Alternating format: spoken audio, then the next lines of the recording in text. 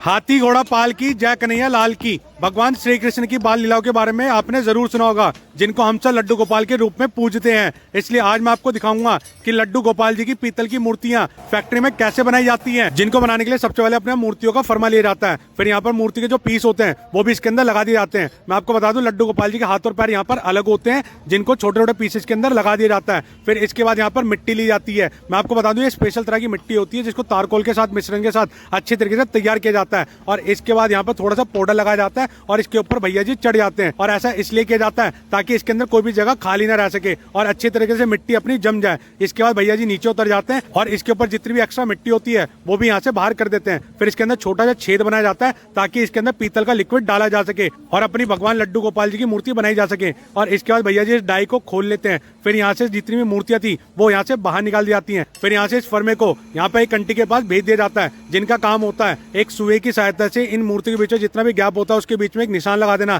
ताकि इसके अंदर पीतल का जितना भी लिक्विड है वो दूसरी जगह पर पहुंच सके और सारी जगह अच्छी तरीके से अपनी पीतल की मूर्तियां बन सके। फिर इसके बाद इसको बंद कर दिया जाता है। फिर यहाँ से मेन काम स्टार्ट होता है पीतल की मूर्तियां बनाने के लिए पीतल को पिघलाने का। तो देखिए यहाँ पे फैक्ट्री से निकला हुआ जितना भी पुराना पीतल होता है वो यहाँ पे बड़ी सी भट्टी के अंदर डाल दिया जाता है और ये भट्टी लगभग 1200 डिग्री सेल्सियस पर पकती रहती है। फिर यहाँ से जितना भी अपना पीतल का लिक्विड है जब पिघल जाता है, फिर यहाँ से जितनी भी अपने तैयार फर्मे हैं उनके अंदर डाल दिया जाता है। तो देखिए भैया जी एक बड़े से रोड की सहायता से इस कंटेनर को उठाते हैं। बड़ी सावधानी पूर्वक इसको उठाया जाता है, क्योंकि भैया इसे करने में थोड़ी सी सावधानी हटी तो यहाँ पे दुर्घटना घट सकती है। फिर यहाँ से जितना भी अपना तैयार पीतल की मूर्तियां वो यहाँ से बाहर निकाल ली जाती हैं। तो देखिए भैया जी एक एक करके यहाँ पे सारे फर्मों को खोलते जाएंगे और अपनी जितनी भी मूर्तियां वो यहाँ से बाहर निकालते जाएंगे। यहाँ से दूसरे आदमी का काम स्टार्ट होता है, जो इनको एक चिमटे की सहायता से उठाता है और इसके ऊपर जितनी भी लगी हुई अपनी मिट्टी होती है वो यहाँ से बाहर निकाल दी जाती है। फिर अपनी मूर्तियां बनकर तैयार हो जाती हैं। अभी लग रहा होगा कि मूर्तियां पूरी तरीके से बनकर तैयार हो चुकी हैं, तो भैया ऐसा नहीं, अभी इन पर बहुत सारा काम किया जाएगा, क्योंकि भैया अभी तो सिर्फ पार्ट्स बनकर तैयार हुए हैं, अभी इनको चिपकाया जाएगा।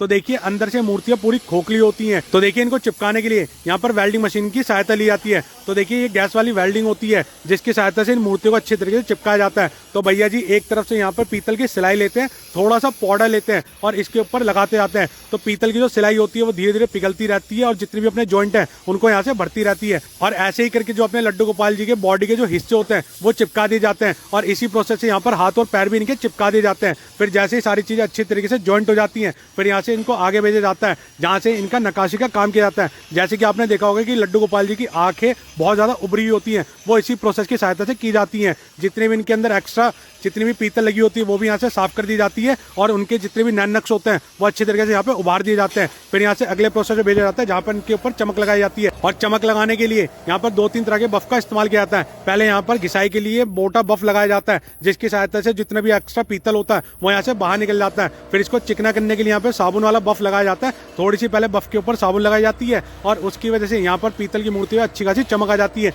आज मैंने आपको दिखाया कि किस तरीके से लड्डू गोपाल जी की पीतल की मूर्तियां फैक्ट्री में बनाई जाती हैं। आई होप आपको ये प्रोसेस देखकर और ये जानकारी लेकर बहुत मजा आएगा। मजा आता है इस वीडियो को लाइक करें, कमेंट करें, अपने दोस्तों जरूर से इस वीडियो को शेयर करें। Thank you.